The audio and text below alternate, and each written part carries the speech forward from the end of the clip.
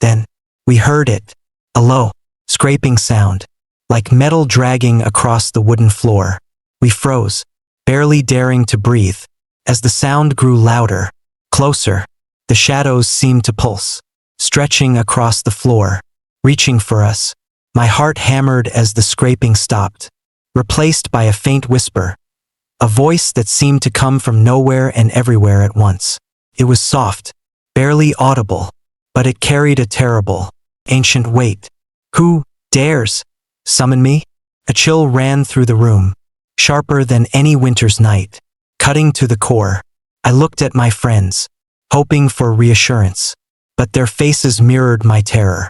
Jonah was pale, his eyes wide and fixed on the dark corner of the room, where the voice had come from. It clutched his candle, his knuckles white, while Michael's face was frozen in horror, as if he'd seen something he couldn't comprehend. Adam, always the brave one, tried to speak, but his voice came out as a strangled whisper. Then, from the shadows, something began to take shape. It was tall, impossibly tall, with limbs that seemed to stretch beyond human proportions. His face was hidden in darkness, but I could feel its gaze, piercing and cold, as it looked at each of us in turn. The thing didn't belong in our world. It was wrong, twisted in ways I can barely describe, as if it was made of darkness itself. His voice was harsh and grating, like stones grinding against each other, and it sent a fresh wave of terror through us. "You've called me," it rasped, the words dripping with malice. "And now, you must give me what I am owed." I couldn't move, couldn't breathe. Every instinct in my body screamed to run, to get as far away from this thing as possible. But I was rooted to the spot, trapped in its gaze. The figure reached out a hand, thin and elongated, like the skeletal fingers of something long dead, and pointed at us. "One of you must stay," it said, each word slicing through the silence like a blade. "One soul, in exchange for my knowledge." For a brief, agonizing moment, none of us moved. Then, slowly, Adam took a step back, his face pale. "This isn't real," he whispered, his voice trembling, but the shadow figure tilted its head, a cruel smile stretching across its twisted face. "Oh, it is real, boy, very real." The candles flickered wildly, the flames casting frantic shadows across the walls. Panic set in as I realized the gravity of what we'd done. We'd summoned something beyond our understanding, something that demanded a price we weren't willing to pay. And in that moment, I knew, deep down, that none of us would leave this attic the same. The shadow figure's gaze settled on me, its eyes hollow and endless, and I felt a pull, as if it was reaching into the depths of my soul. "Decide," it hissed, the word echoing in my mind. "Choose, or I shall choose for you." The room grew colder, darker, the shadows pressing in around us like a living thing. I could barely see my friends through the gloom, but I could feel their terror, their desperation. None of us spoke, but in that silence, in that terrible, suffocating darkness, a decision was made. One of us would be left behind, and though I didn't know it then, that night would mark the end of my innocence and the beginning of a nightmare that would haunt me for the rest of my life. Every October, as the leaves redden and fall and the sky dims with a grayer hue, I can feel them, shadows creeping ever closer. Hidden in plain sight, Halloween has always brought an unnatural chill, a subtle rot to the world around me, but only I seem to notice. The sight of grinning pumpkins and cheap costumes fills me with a deep, inexplicable dread, something that's burned into my bones since I was 11 years old. They look harmless enough to most, but to me, every Halloween decoration, every carved smile, feels like a warning, a reminder of a secret I promised I'd bury forever. I used to tell myself that this was all just irrational fear, a remnant of childhood trauma that I could eventually forget. But every October finds me again, lurking like a sickness that flares up under my skin. Even now, 2 decades later, the memories are so vivid they feel like yesterday. And every Halloween, Those memories claw their way up from the dark recesses of my mind, scratching and tearing at the thin walls of forgetfulness I've tried so desperately to construct. They say the veil between worlds grows thin on Halloween. I don't know if that's true, but I do know that the barrier separating my memories from my present life is thinner than ever when the nights grow long and the air tastes faintly of rot. I find myself lying awake, my heart pounding in the silent hours before dawn, with the feeling that something, or someone, is watching me. Shadows move in the corners of my vision, shadows I know are not my own. In these moments, I can feel the events of that night unfolding again, like an old, haunting film reel, flickering to life against my will. It was the fall of 1999. We were just kids back then. 5 friends without a single care in the world, or so we thought. I had no reason to fear anything. I lived in a quiet, suburban town, the kind where nothing ever really happens. My friends and I, Jonah, the quiet one, Ed, always eager to make us laugh, Michael, a loyal friend with a mischievous streak, and Adam, tough and stubborn, our unofficial leader, were inseparable. We spent endless days exploring the outskirts of town, finding every abandoned building, every hidden trail in the woods. Looking back, it's eerie how our little world seemed designed to lure us into darker, forbidden places. Our town, like most small towns, had its fair share of creepy stories, tales of haunted houses, woods where strange figures were seen at night, and a church with a bell that would ring on its own were all familiar lore. We listened to these stories with rapt attention, daring each other to explore every rumored haunted spot. But there was one story, one whispered rumor, that our parents warned us never to speak of. Something so dark that even the bravest dared not test its truth. They called it the Devil's Summoning. A tale as old as the town itself.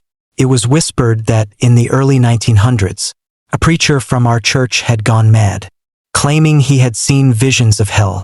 He'd spoken of demons lurking in our town, of shadows that hung over our houses and followed us like dark guardians. He was eventually taken away, but some people said he'd left behind a ritual, a way to summon the devil himself. According to legend, the ritual could only be performed on Halloween night, when the veil between worlds was thin, and the devil could be bound and commanded by a mortal, forced to grant one wish in exchange for a sacrifice. The story was always passed off as nonsense, just a cautionary tale to keep kids out of trouble. But as Halloween approached, something strange and dark seemed to settle over our town. The air grew colder, sharper, carrying the smell of earth and decay.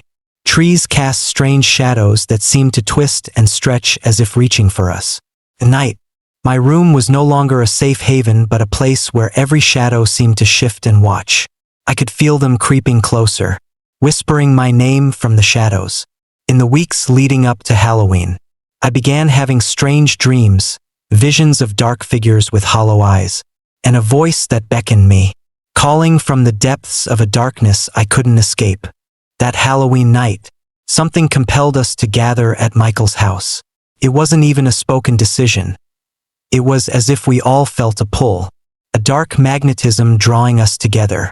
Michael lived in one of the oldest houses in town, a colonial relic that creaked and groaned with every gust of wind. The place had a way of feeling alive, as if it held its own secrets within its walls. There was an attic, a dark, cold space at the top of a narrow staircase, filled with relics from generations long past. We'd spent countless hours up there, rummaging through old trunks and dusty furniture, always careful not to disturb the strange old cabinet by the small, circular attic window. It was covered in peeling white paint, and it stood apart from everything else in the room, as if it were hiding something. That night, Michael told us about the ritual. His voice was low, almost a whisper, and the look in his eyes was different, as if something had come over him. He spoke of the devil's summoning like it was a joke, but I saw the fear flicker across his face. He explained the ritual, detailing each step with an eerie calm. We need 5 of us, and we have to do it exactly as the story says. He said, his voice a faint tremor. One candle each, in a circle, and we each write a secret. Something we've never told anyone. The room fell silent as we exchanged nervous glances. None of us wanted to back down, but an unspoken dread lingered in the air, a chill that seemed to seep into our bones. One by one, we lit our candles and took out strips of paper. I felt a strange unease as I wrote my secret, something buried so deep that even thinking of it made my stomach twist.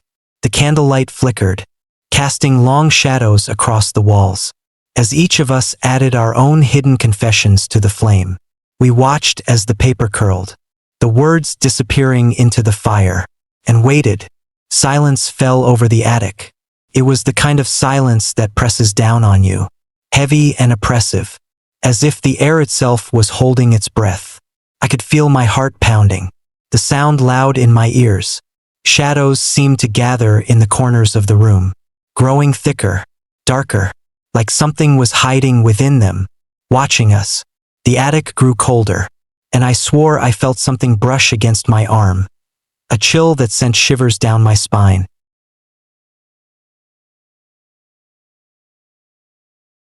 The attic felt colder than usual, as though the old wooden walls themselves were steeped in a secret dread, absorbing years of fear and darkness. As we gathered around the dusty, creaking furniture, the thick, suffocating silence blanketed the room. Shadows clung to every corner, seeming to pulse and shudder with each of our heartbeats.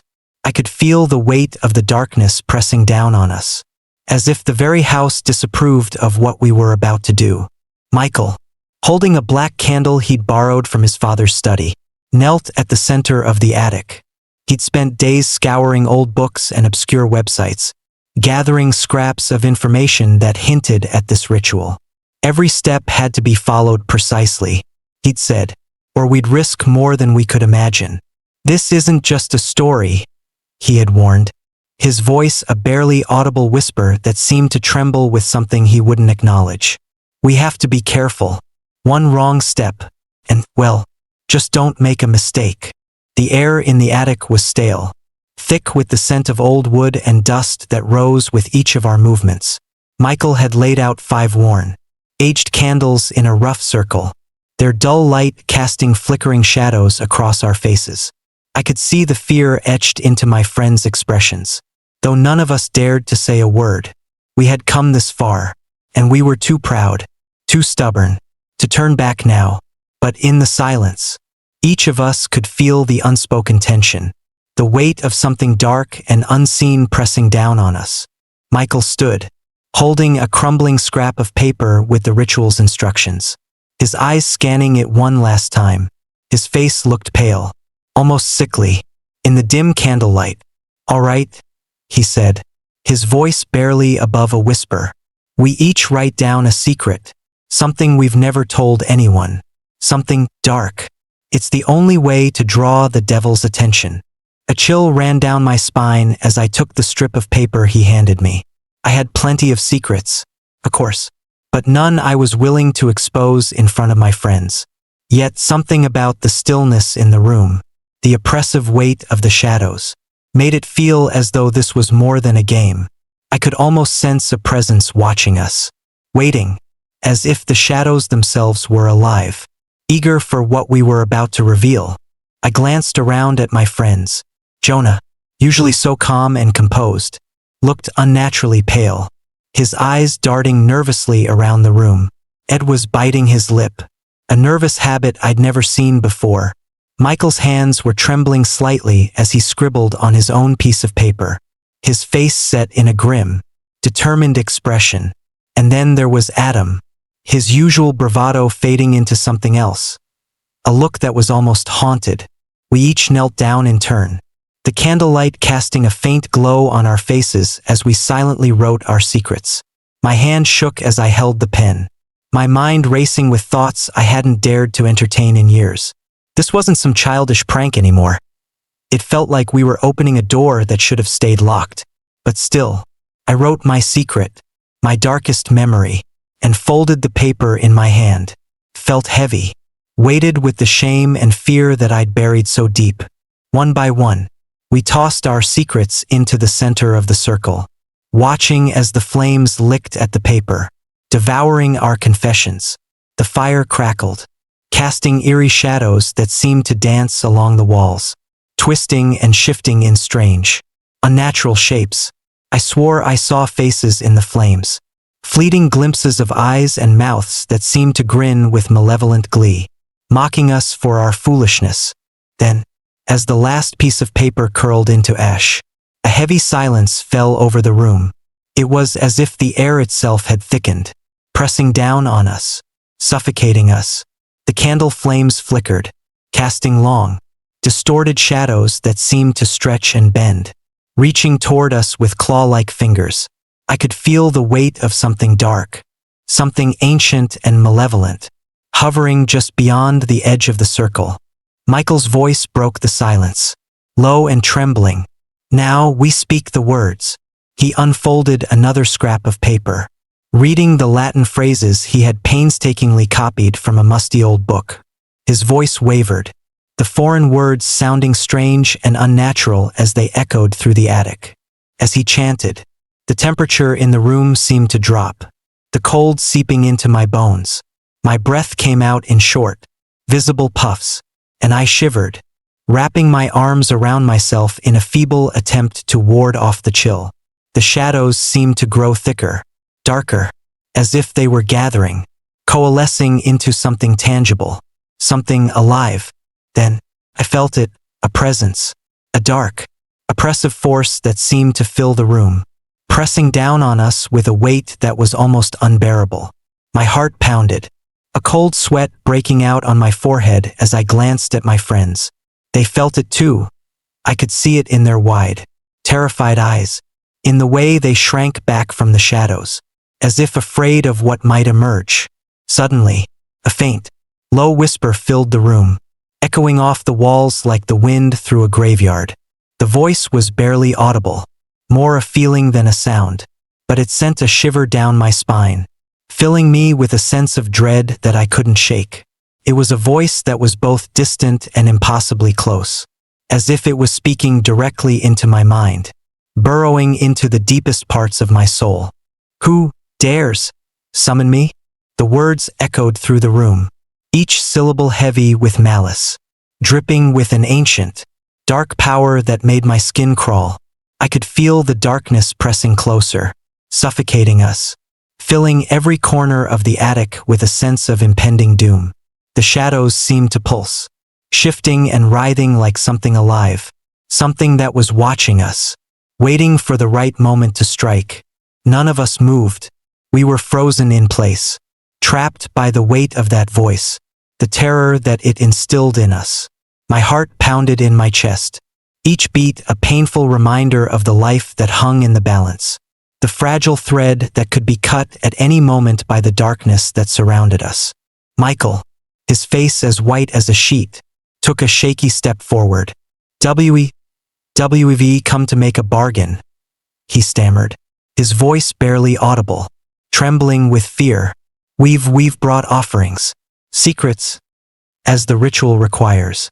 The voice chuckled, a low, guttural sound that seemed to resonate through the floorboards, vibrating up through my feet, my bones, making my entire body tremble. It was a laugh that held no warmth, no joy, only a cold, cruel amusement that sent a fresh wave of terror through me. "A bargain?" it whispered, the word drawn out, mocking.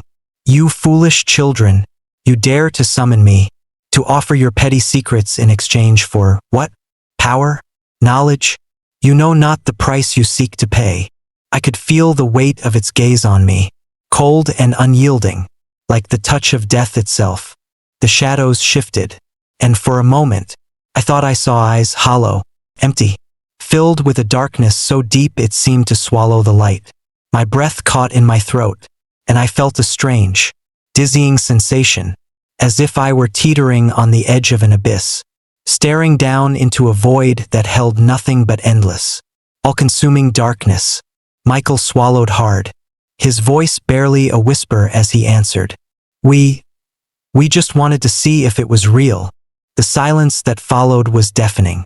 the weight of the darkness pressing down on us, squeezing the air from our lungs, making it impossible to breathe. The figure in the shadows seemed to grow taller, his form shifting, stretching, filling the entire room with an unnatural presence that made my skin crawl. The shadows danced around it, twisting and writhing like snakes, as if they were a part of it, extensions of its being, ready to strike at any moment. You wanted to see if it was real? The voice was a low hiss, filled with a cold, mocking amusement that sent a chill down my spine. You wanted proof, and now you have it. But proof comes at a price. The air grew colder, the chill seeping into my bones, filling me with a dread that I couldn't shake. I could feel the weight of its gaze on each of us, judging, praising, as if it were deciding which of us would be the first to fall. One of you must stay, it said, its voice cold and final, each word heavy with a terrible certainty. One soul, in exchange for your proof. Fair trade, wouldn't you say? My blood ran cold, my heart pounding so loudly I was sure the others could hear it.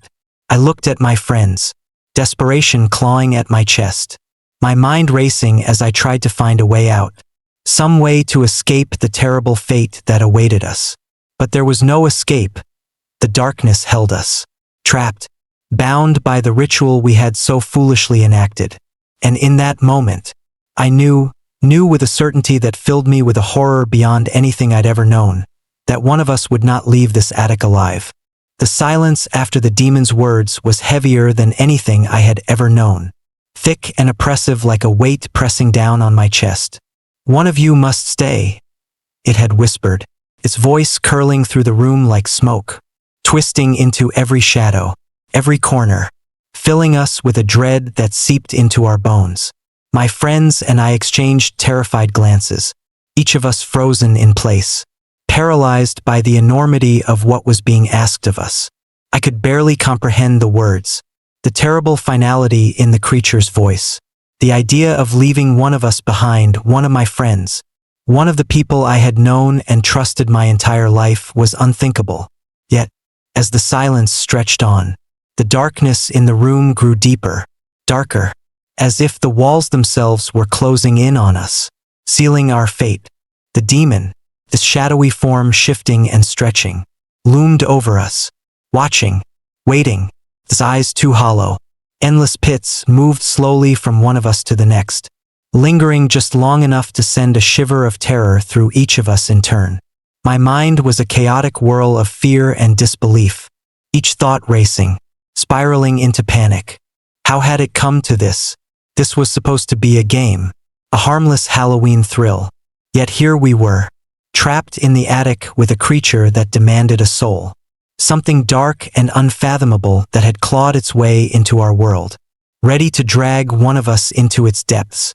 Adam was the first to break the silence. This isn't real, he whispered, his voice shaky but desperate, clinging to the hope that this was all some elaborate prank. That any second now we would all burst out laughing and end the night with nothing more than a shared thrill. But even as he spoke, I saw the look in his eyes, the glint of terror that betrayed the truth he was trying so hard to deny. The demon's gaze shifted toward him, its mouth curling into a mocking smile, as if savoring his fear. "Oh, it's very real, boy," the demon rasped, the words dripping with malice. "One of you summoned me, and now, one of you will stay." The words hung in the air like a death sentence, chilling, absolute. The silence was broken only by the faint, trembling breaths of my friends, each of us locked in our own private nightmare, too afraid to move, to speak. I could feel the weight of their gazes, the silent, terrible question we were all too afraid to ask. Who would stay? In that moment, it was as if time had slowed to a crawl. I could hear the shallow, panicked breathing of Jonah, standing to my left, his eyes darting around the room, his face pale and drawn. Ed, beside him, had his arms wrapped tightly around himself, his knuckles white, his body tense and trembling. Michael, who had led us here, looked hollow, his eyes wide and unseeing. his mouth moving silently as if in prayer. And then there was Adam, who usually stood like a pillar of strength. But now he looked just as terrified as the rest of us, his tough exterior crumbling in the face of something beyond his understanding. The demon's smile widened, its gaze settling on each of us in turn, relishing our terror. "Decide," it whispered, the word echoing in the air like a commandment. "Or I will choose for you." A shiver ran through me, a cold, paralyzing fear that held me in place, rooted to the spot. My mind raced, filled with desperate, panicked thoughts, but no solution presented itself. How could we make this choice? How could we possibly decide who would stay behind? Who would be sacrificed? It was unthinkable. And yet, as the silence stretched on, an insidious thought began to creep into my mind. A thought I was too ashamed, too horrified, to acknowledge. What if someone else stayed? It was a thought born of pure, primal fear, the instinct to survive at any cost. But as soon as it entered my mind, a wave of guilt crashed over me, heavy and suffocating. These were my friends. Wouldn't abandon them. Yet, as I looked around, I saw the same flicker of thought in each of their eyes, the same horrible, selfish desire to escape, to survive, no matter the cost. The realization sent a chill down my spine. We were no longer a group of friends. We were 5 frightened animals, trapped in a cage, each of us willing to do whatever it took to save ourselves. Adam, ever the brave one, took a step forward, his hands clenched into fists. "I don't care what you are," he said, his voice barely more than a whisper. "You're not taking any of us." His words were defiant, but I could hear the tremor in his voice, the fear hiding just beneath the surface. The demon's smile widened, a dark, twisted expression that seemed to fill the entire room with a sense of impending doom. "Oh, but I will," it said, its voice a low, mocking whisper that seemed to vibrate through the walls. "One of you will stay. One of you, or all of you." The threat hung in the air, sharp and deadly. I could feel my heart pounding, each beat a painful reminder of my own fragility, of the life that could be snuffed out in an instant. I looked around at my friends, at the terror in their eyes, and felt a sinking dread settle over me. There was no way out. One of us would have to stay. One of us would have to be sacrificed. A tense, heavy silence settled over us, each of us avoiding each other's gaze, too afraid to speak, to move. I could feel the weight of the decision pressing down on us, the terrible, inescapable choice that we were being forced to make. And in that silence, I felt something break inside me, a small, fragile part of myself that had believed in the goodness of friendship, in the bond we shared.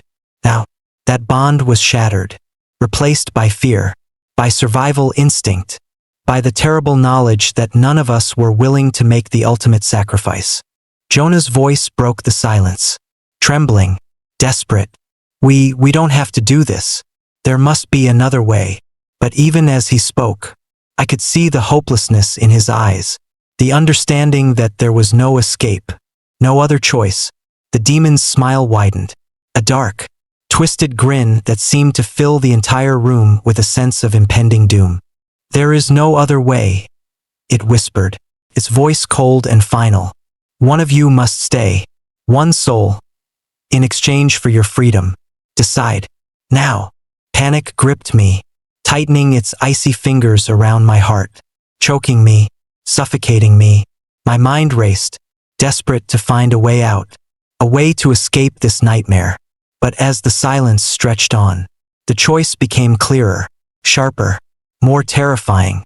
One of us would have to be left behind, sacrificed to this creature that lurked in the shadows, hungry for a soul. My gaze drifted to Adam, who stood at the edge of the circle, his face pale, his eyes wide with fear. He had always been the strongest of us, the bravest, the one who led us on all our adventures. And now, in this moment of terror, he looked a vulnerable, human, as if the weight of the decision had stripped away his strength, leaving him exposed, helpless. And then, terrible, shameful thought crept into my mind. A thought so dark and twisted that it made me sick with guilt. If someone had to stay, wouldn't it make sense for it to be him? He was the one who had brought us here, the one who had insisted we go through with the ritual. If anyone deserved to pay the price, it was him. But even as the thought crossed my mind, a wave of self-loathing washed over me, heavy and suffocating. Adam was my friend. How could I even think of abandoning him to this fate? But I wasn't alone in my thoughts. I could see the same flicker of doubt, of selfishness, in the eyes of my friends, the silent, desperate question that none of us dared to speak aloud. Who would stay? Who would be sacrificed? And then, slowly, one by one, we each took a step back, inching away from the center of the circle, from the creature that loomed over us. The movement was barely perceptible, but it was enough. In that moment, we had made our choice, and as I looked into Adam's eyes, I saw the realization dawn on him, the horrible, crushing understanding of what we had decided. "No," he whispered, his voice breaking. You can't do this. We're friends. We're supposed to stick together." But his words fell on deaf ears, drowned out by the suffocating silence, by the weight of our decision. The demon's laughter filled the room, a dark, mocking sound that echoed off the walls, filling the attic with a sense of finality. "Ah, so you have chosen," it said, its voice dripping with malice. "Very well. The soul has been decided." Adam looked at each of us, betrayal and horror etched into his face, his body trembling with fear and anger. "Please," he whispered, his voice choked with desperation. Don't leave me. Don't do this." But it was too late.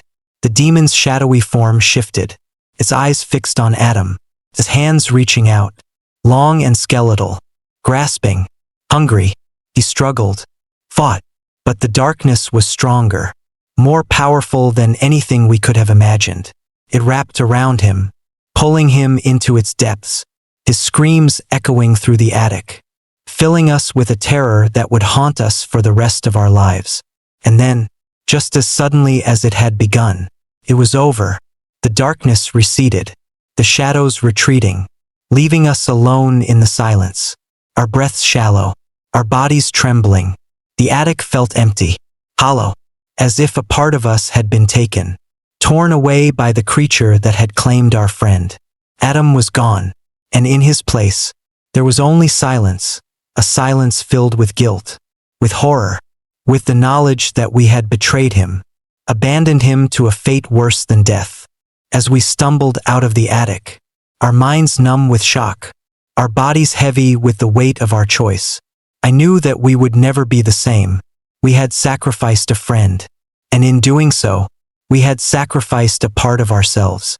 And as we left the house, stepping into the cold, unforgiving night, I could feel the shadows following us, a dark reminder of the soul we had left behind.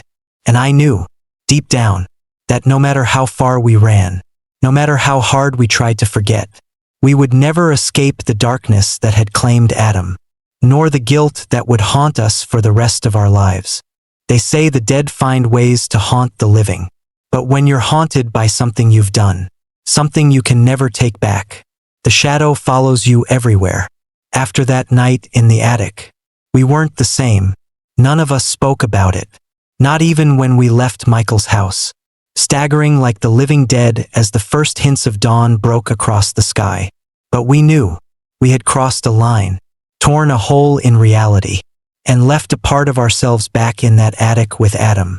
I don't remember how I got home that morning. Felt like I was drifting through a nightmare, each step heavy, weighted down by the shadows that clung to me. As I stumbled through the front door, my mother's voice drifted down the hall, muffled by the pounding in my head.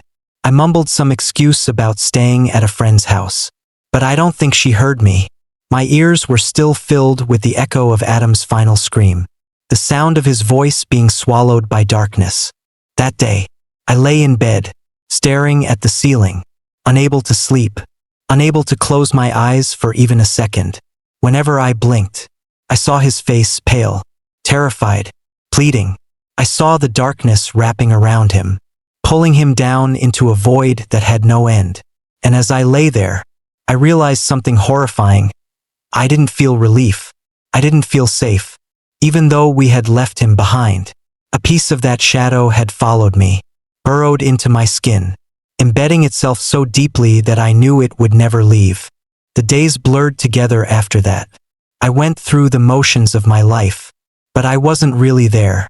It was as if a part of me had been hollowed out, leaving an emptiness that nothing could fill. School, homework, dinner with my family, all of it felt distant, like I was watching my life through a fogged window. And always, lingering just at the edge of my vision, were the shadows, waiting, watching. It didn't take long before I began to see them everywhere. The shadows that followed. The first time it happened, I was alone in my room, trying to distract myself with a video game. The house was quiet, the kind of silence that feels too heavy, too intentional, like the world was holding its breath. I heard a faint scratching sound from the hallway, like fingernails dragging across wood. My heart raced, the blood pounding in my ears as I strained to listen. The sound grew louder, closer, until it was right outside my door. Holding my breath, I reached out and twisted the handle, pulling the door open a crack. The hallway was empty, but as I stared into the darkness, I saw something, a shadow, just barely visible, slipping away, as if it had been watching, waiting. From that night on, I was never alone. The shadows became my constant companions, lurking just beyond the edge of my vision, shifting, flickering, like whispers in the dark. At first, I tried to ignore them, to convince myself that it was just my mind playing tricks. But the more I tried to dismiss them, the stronger they became, creeping closer, clawing their way into my thoughts, my dreams. The others felt it too, though we didn't talk about it. We avoided each other, each of us retreating into our own private hell. Jonah, once calm and composed, became jittery, his gaze darting around the room like he was constantly on edge. He started to avoid eye contact, his once bright eyes now dull and haunted. When I did catch a glimpse of him in the hallways at school, he looked like he hadn't slept in days, his face pale and gaunt, his hands trembling as if he were barely holding himself together. Ed, always the class clown, stopped laughing. He barely spoke at all, and when he did, his voice was flat, hollow, as if he were speaking from some far-off place. The light had gone out of him, replaced by a darkness that clung to him like a shroud. He spent most of his time alone, sitting in the back of the classroom, staring blankly at his desk, lost in a world that none of us could reach. Michael was the worst of all. He stopped coming to school altogether, his parents saying he was sick. But we knew the truth. The last time I saw him, he was sitting on the steps outside his house, his face buried in his hands, his shoulders shaking with silent sobs. I wanted to go to him, to tell him that it would be okay, that we could find a way out of this. But I knew it was a lie. There was no way out. We were marked, each of us, haunted by a darkness that would never let us go. The nightmare returns. As Halloween approached again, the shadows grew bolder, more persistent. They no longer lingered at the edge of my vision but appeared in the middle of my room, solid and real, like they were inching closer with each passing night. I'd wake up in the early hours, drenched in sweat, feeling their cold, oppressive presence surrounding me, pressing down on my chest, making it hard to breathe. And in those moments, I could hear him, Adam's voice, whispering from the darkness, accusing, pleading. One night, I awoke to the sound of footsteps. They echoed down the hallway, slow and deliberate, moving closer to my room. I lay there, paralyzed, listening as they stopped just outside my door. The air grew colder, the silence thick and heavy, and then, I heard it, a faint, rasping voice, whispering my name. Johnny, Johnny. I squeezed my eyes shut, my heart pounding, hoping it would go away, that I was imagining it. But the voice didn't stop. It grew louder, more insistent, until it was all I could hear, filling my head, drowning out everything else. And then, in a moment of sheer terror, I opened my eyes. Adam was standing at the foot of my bed. He was barely recognizable, his face pale and hollow, his eyes empty sockets, black and endless, like twin voids that threatened to swallow me whole. His mouth hung open, twisted, gaping maw, and he reached out, his hand skeletal and cold, his fingers brushing against my skin. "Why did you leave me?" he whispered, his voice filled with a sorrow and anger that cut through me like a knife. "Why did you abandon me?" I couldn't move, couldn't speak. I was trapped, paralyzed by his gaze, by the overwhelming guilt and horror that had haunted me for so long. And as I stared into the darkness of his eyes, I saw glimpses of what he had endured, the endless torment, the isolation, the cold, unyielding darkness that had claimed him. It was a nightmare that had no end, a suffering that was beyond comprehension. And then, just as suddenly as he had appeared, he was gone, leaving me alone in the silence, my heart pounding, my skin cold and clammy. But the memory of his face, of his voice, lingered, etched into my mind, a permanent scar that would never fade. Guilt that consumes. The visitations continued, each one more terrifying than the last. Adam would appear in mirrors, in reflections, his hollow gaze following me, accusing, demanding answers I could never give. Shadows moved through my room at night, whispering my name, calling to me from the darkness, reminding me of the choice we had made, the betrayal that had sealed his fate. I became a stranger to myself, consumed by guilt and fear, my days blending into a blur of shadows and whispers. My friends and family noticed, of course, but I couldn't tell them. How could I explain that I was being haunted by a soul I had left to die? That I was paying for a choice I could never take back? I started seeing Adam everywhere, on street corners, in the woods, in the spaces between trees where the shadows pooled thick and deep. He was always watching, waiting, his face a mask of sorrow and anger, his eyes empty and hollow, filled with a darkness that defied understanding. And as the shadows grew thicker, heavier, I began to realize that they weren't just haunting me, they were consuming me, piece by piece, erasing the person I had once been, replacing me with something darker, colder, like the shadows themselves. The breaking point. By the time Halloween came around again, I was barely holding on. I hadn't slept in days. My nights filled with nightmares and visions of Adam, of the darkness that had claimed him. The shadows had become a part of me, a sickness that spread through my veins, filling me with a dread that never faded. I knew, deep down, that this was only the beginning, that the shadows would continue to haunt me, to torment me, until they claimed me, just as they had claimed Adam. The others were suffering too, each of us caught in our own private hell, haunted by the same darkness, the same guilt. We tried to avoid each other, but fate had a cruel way of bringing us back together.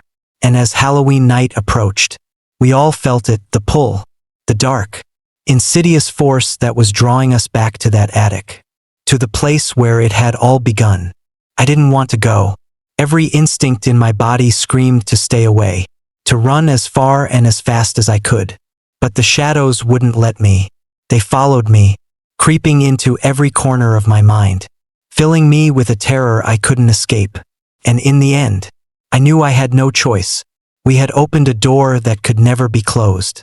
And now, the darkness was calling us back, demanding a reckoning. That night, we gathered outside Michael's house, each of us pale, hollow-eyed, the shadows clinging to us like a second skin. We didn't speak, didn't need to. The guilt, the fear, was written across our faces, etched into our souls, a permanent scar that bound us together, even as it tore us apart. As we climbed the steps to the attic, I felt a chill settle over me, a cold that went deeper than the skin, burrowing into my bones, my very soul. The shadows seemed to thicken around us, closing in, watching, waiting, and in that silence, in the darkness that surrounded us, I knew that we were not alone. The shadows had followed us, bound to us by the choice we had made, the sacrifice we had left behind. And now, they were here, demanding the price we had tried so hard to avoid. In the dim light of the attic, I felt their presence, a darkness that went beyond the physical, something ancient, hungry, and unforgiving. And as the silence stretched on, I heard his voice again, faint and distant, calling from the depths of the shadows. "Why did you leave me?" And in that moment, I knew the truth. We had never escaped. The shadows were a part of us now, a darkness that would follow us forever, haunting us, consuming us, until there was nothing left but the silence of the grave. As Halloween night descended once more, the dread became unbearable, clawing at the edges of my sanity. The darkness was no longer just a backdrop to the horrors I had tried to leave behind. It was alive, swirling around me, whispering my name, pulling me back to that place, that attic, where we had made the worst decision of our lives. For weeks, I had been plagued by nightmares, visions of Adam's face twisted in agony, of shadows creeping into every corner of my life, consuming me bit by bit. I had become a husk of the person I once was, hollowed out by guilt, by the knowledge of what we had done. The others must have felt it too, though we had all drifted apart, bound together only by the shared horror of that night. Something compelled each of us to return. We were like moths to a dark, irresistible flame, helpless to resist the pull of the shadows that had woven themselves into our lives. On the night of Halloween, we found ourselves standing in front of Michael's house once more, our eyes meeting with a mix of guilt, terror, and resignation. Michael was the last to arrive. He looked even worse than the rest of us, haunted, broken, his once bright eyes now dull and filled with a hollow, deadened look that I recognized all too well. He avoided our gazes as he climbed the steps, as though even acknowledging our presence would make everything all too real. We didn't speak as we gathered on the porch, each of us trapped in our own personal hell, our minds consumed by the horror that awaited us inside. The silence was thick, oppressive, filled with the weight of all that had been left unsaid, of the choices we had made and the lives we had destroyed. And as we stood there, I felt the shadows pressing in, wrapping around us like a dark, suffocating shroud, binding us together in a way that no words ever could. Without a word, Michael opened the door, and we stepped inside. The house was exactly as we remembered it, untouched by time. The same eerie stillness hung in the air, a silence that felt too heavy, too knowing, as though the walls themselves were aware of our return.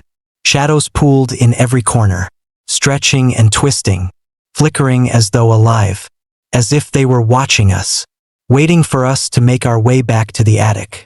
The floorboards creaked under our weight as we moved through the house, each step echoing in the silence like a death knell. I could feel my heart pounding in my chest, each beat a painful reminder of my own mortality, of the fragile thread that separated us from the darkness we had unleashed. As we reached the staircase, I glanced at my friends, their faces pale and drawn, their eyes wide with fear. Each of us was lost in our own thoughts, haunted by memories of that night, by the knowledge that we had left Adam behind. The climb up the stairs felt like a journey into another world, each step taking us deeper into the darkness, into the heart of the nightmare that had plagued us for so long. The air grew colder as we ascended, the chill seeping into our bones, filling us with a dread that went beyond fear, beyond guilt. It was a sense of impending doom, a knowledge that something waited for us in the attic, something that would not let us leave again. As we reached the top of the stairs, we hesitated, our breaths shallow, our bodies trembling with a terror that threatened to consume us. The attic door loomed before us, a dark, gaping mouth that seemed to beckon us forward, inviting us into the shadows that waited beyond. I could feel my heart racing, my mind screaming at me to turn back, to leave before it was too late. But I knew, deep down, that there was no escape. We had opened a door that could never be closed. and now we were bound to the darkness that lay beyond. With a trembling hand, Michael pushed the door open, and we stepped into the attic. The room was just as we had left it, cold, dark, filled with the same suffocating silence that had haunted us for so long. The shadows seemed thicker, darker, as if they had been waiting for us, growing in strength, feeding on our fear, our guilt. The faint scent of burnt paper lingered in the air, a reminder of the ritual we had performed, of the secrets we had offered up in exchange for something we could never understand.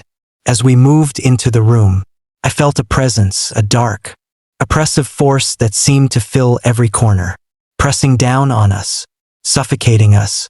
It was as if the very air was alive, thick with malevolence, with a hunger that went beyond anything human. And in that silence, in the darkness that surrounded us, I knew that we were not alone. Then we saw him.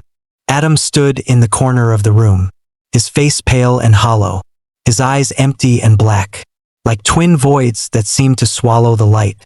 He was barely recognizable, his once lively face now twisted in a mask of sorrow and anger, his body thin and gaunt, as though he had been drained of life itself. His gaze shifted to each of us in turn, filled with a hatred so intense, so consuming, that it left us paralyzed, trapped in the weight of our own guilt, our own betrayal. "Why?"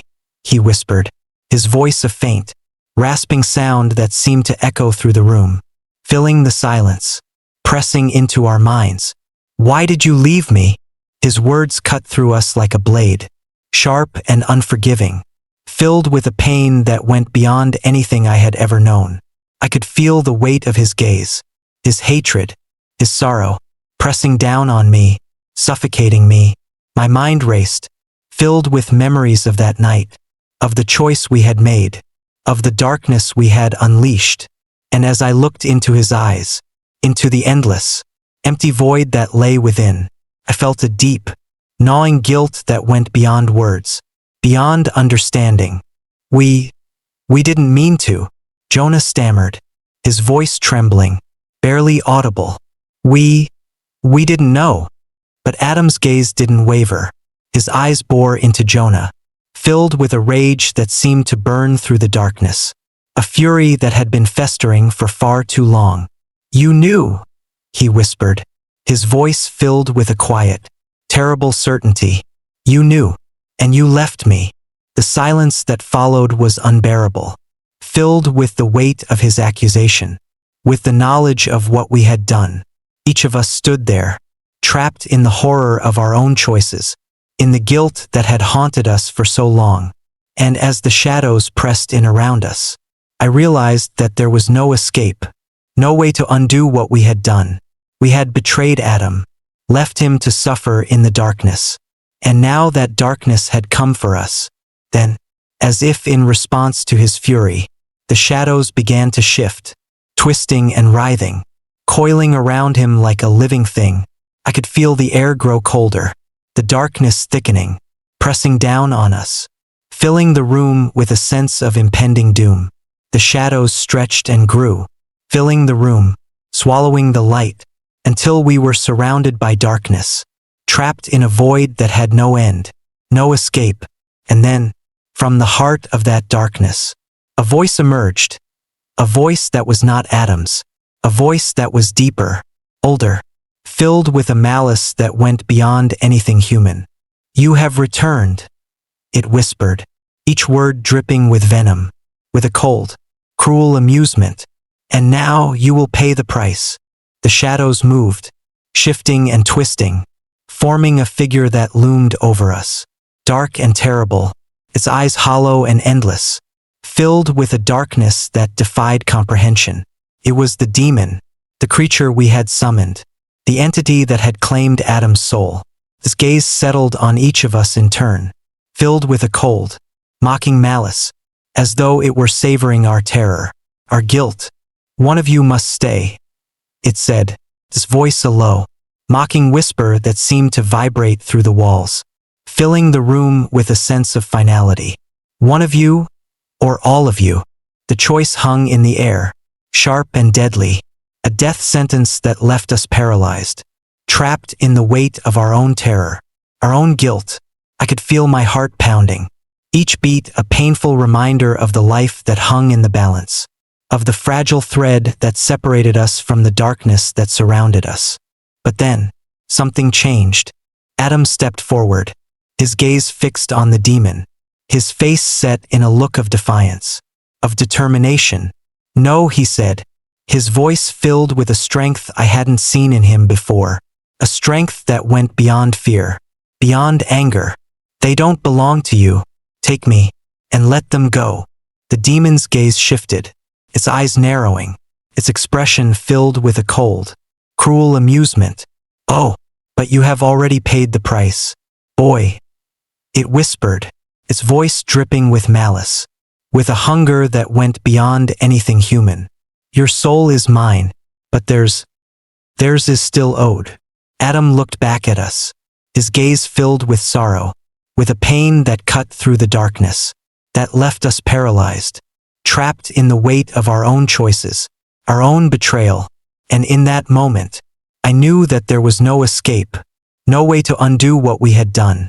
We had left him behind, and now, the darkness had come to claim us. But as the demon reached out, the skeletal hand stretching toward us, Adam stepped forward, his body blocking its path, his face set in a look of defiance, of determination. "No," he whispered, his voice filled with a strength that went beyond fear, beyond anger. "You will not take them." The demon's gaze shifted, its eyes narrowing, its expression filled with a cold, cruel amusement. "And how do you plan to stop me, boy?" it whispered, his voice a low, mocking hiss that seemed to fill the room, pressing into our minds, our souls. But Adam didn't waver. He stood his ground, his gaze fixed on the demon, his body tense, ready to fight. And in that moment, I saw something in him that I had never seen before. A strength, a courage that went beyond anything human, a resolve that burned through the darkness, that filled the room with a light that pushed back the shadows. And then, as the demon lunged forward, reaching for us, Adam stepped into its path, his body a shield, a barrier between us and the darkness that sought to consume us. The shadows surged, filling the room with a blinding, suffocating darkness, and for a moment, I thought we were lost, that the demon had won. But then, the darkness faded, receding, pulling back, as though it had been defeated, pushed back by a force it couldn't comprehend. And as the shadows retreated, I saw Adam, standing in the center of the room, his face filled with a peace, a calm that I hadn't seen in him since that fateful night. "Go," he whispered, his voice barely audible, filled with a sorrow, a longing that cut through me like a knife. "Go and live." We didn't need to be told twice. Without a word, we turned and ran, stumbling down the stairs, out of the house, into the night. As we reached the street, I looked back, my gaze lingering on the attic window, where I saw him, Adam, standing alone, watching us, his face filled with a peace, a calm that left me hollow, empty. And in that moment, I knew the truth. He had saved us, had given us a second chance. But we would never be free. We would carry the weight of his sacrifice, the guilt of our betrayal, for the rest of our lives. And though we had escaped the darkness that night, I knew, deep down, that it would follow us forever, a shadow that would haunt us until the day we died. Even in the light of day, the darkness from that attic clings to us. It has wound itself into the fabric of who we are, embedding itself in ways that no amount of time or distance can erase. In that attic, we had thought we'd escaped, that we'd been given a second chance. But as we each walked away from Michael's house that night, we felt the weight of something unbreakable, like chains around our souls. Adam had saved us, given his spirit to shield us from the demon, but the cost was not something we could ever leave behind. Days turned into weeks, and though we tried to return to our lives, there was an unspoken understanding that things would never be the same. For a while, we tried to keep in touch, meeting in the usual places, feigning smiles, pretending that things were normal. But the tension lingered, heavy and suffocating. And every time we saw each other, we were reminded of that night, of the terrible choice we had made and the ghostly face of the friend we had betrayed. One by one, we drifted apart, each of us retreating into our own private darkness, haunted by shadows we could not escape. A life haunted by shadows. For me, life became a blur of sleepless nights and hollow days. Even in the brightest moments, there was a darkness lurking just beneath the surface, a constant reminder of the pact we had broken and the friend we had left behind. Every time I closed my eyes, I saw Adam's face, his expression twisted with sorrow and fury, a silent accusation that echoed in my mind. I could feel his presence everywhere, in my home, the school, in the dead silence of midnight when the world was asleep. His spirit lingered, bound to us by the terrible bargain we had struck, a bargain that would haunt us for the rest of our lives. The nightmares started soon after that night. First, they were flashes, images of Adam, his face hollow and ghostly, his voice a faint whisper that drifted through the darkness, calling my name, asking why I had left him. But as time went on, the dreams grew darker, more vivid, until they became indistinguishable from reality. I would wake in the middle of the night, drenched in sweat, my heart racing, the sound of his voice still echoing in my mind. In those moments, I felt as though I was back in that attic, surrounded by shadows, trapped in the endless darkness we had unleashed. It was more than just dreams, though. Strange things started happening, small at first but growing in intensity. Objects in my room would be moved, as if someone had been there while I was away, leaving small, unsettling signs of their presence. Lights flickered at odd hours, and my bedroom door would creak open in the middle of the night. Even when I knew I had closed it, I could feel a presence, something watching me from the corners of my room, a cold, unshakable sensation that filled me with dread. I knew it was Adam, or at least a piece of him, lingering in the shadows, bound to me by the choice we had made. I tried to ignore it, to convince myself that it was all in my head. But the more I tried to push it away, the stronger it became, the shadows pressing closer, filling every corner of my life with a darkness I could not escape. The other's descent into darkness. Though we rarely saw each other anymore, I knew the others were struggling, each of them dealing with the haunting in their own ways. Jonah, who had once been calm and composed, grew increasingly paranoid, jumping at the slightest noise, his eyes constantly darting around as though he expected to see Adam lurking in every shadow. He began carrying a small crucifix wherever he went, clinging to it like a lifeline, muttering prayers under his breath whenever he felt the darkness closing in. But no amount of faith could save him from the shadows that haunted him. And eventually, he stopped coming to school altogether, isolating himself from everyone, his mind unraveling piece by piece. Ed, once the joker of the group, lost all his laughter. He withdrew into himself, becoming a shell of the person he once was, his face pale and gaunt, his eyes hollow and haunted. He stopped speaking to anyone, even his own family, spending most of his time locked in his room, surrounded by darkness. Rumors began to spread that he was losing his mind, that he had started talking to himself, having conversations with someone who wasn't there. I knew the truth, though. Ed wasn't talking to himself, he was talking to Adam, or at least the twisted shadow of him that had been left behind. A spirit bound to us by guilt and betrayal. Michael fared the worst of all. He had been the one to lead us into that attic, the one who had insisted on the ritual, and now the weight of that decision crushed him. He began seeing Adam everywhere, in his home, in the mirror, in the faces of strangers on the street. The guilt consumed him, gnawing away at his sanity, filling his mind with visions of shadows, of whispers that taunted him, reminded him of the friend he had betrayed. His parents sent him to therapists, doctors, anyone who might help him escape the darkness that had taken hold of him. But no amount of medicine or therapy could rid him of the haunting, of the shadows that followed him, whispering Adam's name, accusing him of the choice we had made. We were each trapped in our own nightmare, bound together by a darkness that we could never escape. And though we tried to move on, to forget, we knew deep down that the shadows would follow us forever, a constant reminder of the friend we had left behind, of the price we had paid for our curiosity. The endless loop of horror.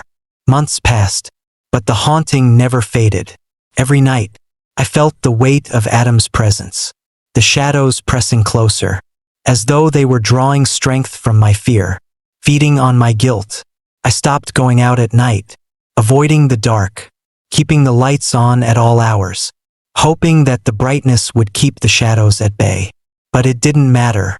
The darkness had seeped into every part of my life, a poison that I could never escape, a reminder of the night we had torn open a door that was meant to stay closed. I began to notice patterns in the haunting, a cycle that seemed to repeat, drawing me deeper into the nightmare with each passing day. Every month, as the moon waned and the nights grew darker, the presence would grow stronger, the shadows pressing closer, filling my mind with visions of Adam, of the attic, of the terrible choice we had made. It was as though the darkness was building, feeding on my fear, preparing for something I couldn't understand. And then, as the anniversary of that night approached, the haunting reached its peak. The final week leading up to Halloween was a blur of terror and sleepless nights. The shadows grew darker, more solid, moving through my room at night, whispering Adam's name, calling to me from the darkness. I could feel his presence, stronger than ever, a cold, unyielding force that filled every corner of my life, leaving me no escape. I tried everything, prayers, rituals, even visiting a local priest, but nothing worked. The darkness was a part of me now, bound to me by the choice I had made, a weight that would never lift. On the night of Halloween, the haunting reached its climax, the last encounter. I lay in bed, staring at the ceiling, my heart racing, my body tense, waiting for the inevitable. The room was deathly silent, the kind of silence that feels too thick, too heavy, as though the world itself was holding its breath. And then, I felt it, a cold, oppressive presence, filling the room, pressing down on me, suffocating me. I turned, and there he was. Adam stood at the foot of my bed, his face pale and ghostly, his eyes empty, filled with a darkness that defied understanding. He looked at me, his expression twisted with sorrow and anger, a silent accusation that cut through me like a knife. "You left me," he whispered, his voice barely audible, filled with a sorrow that went beyond words. "You left me to suffer." I tried to speak, to apologize, to explain, but the words caught in my throat, my voice trapped by the weight of my own guilt, my own fear. I could feel the shadows pressing closer, wrapping around me, filling the room with a suffocating darkness that left me paralyzed, unable to move, to breathe.